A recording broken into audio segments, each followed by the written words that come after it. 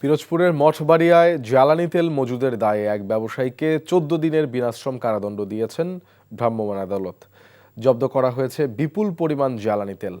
মঙ্গলবার গোপন সংবাদের ভিত্তিতে সেনাবাহিনীর সহযোগিতায় পৌর শহরের হাসপাতাল রোড সংলগ্ন এলাকার উপজেলা নির্বাহী কর্মকর্তা আকলিমা আক্তার এবং সহকারী ভূমি কমিশনার সুদীপ্ত দেবনাথের নেতৃত্বে যৌথ বাহিনী অভিযান চালায়।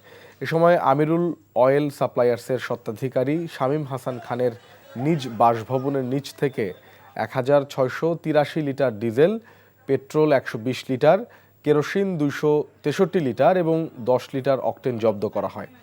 ওদিকে নোয়াখালীর চৌমোহনীতে একটি পাম্পে ঘন্টার পর ঘন্টা লাইনে দাঁড়িয়ে তেল না পেয়ে মালিক শ্রমিককে প্রায় ২.৫ ঘন্টা অবরুদ্ধ করে রাখে মোটরসাইকেল ও বিভিন্ন গাড়ির মালিকরা। পরে ঘটনাস্থলে পুলিশ এসে পরিস্থিতি নিয়ন্ত্রণে আনে।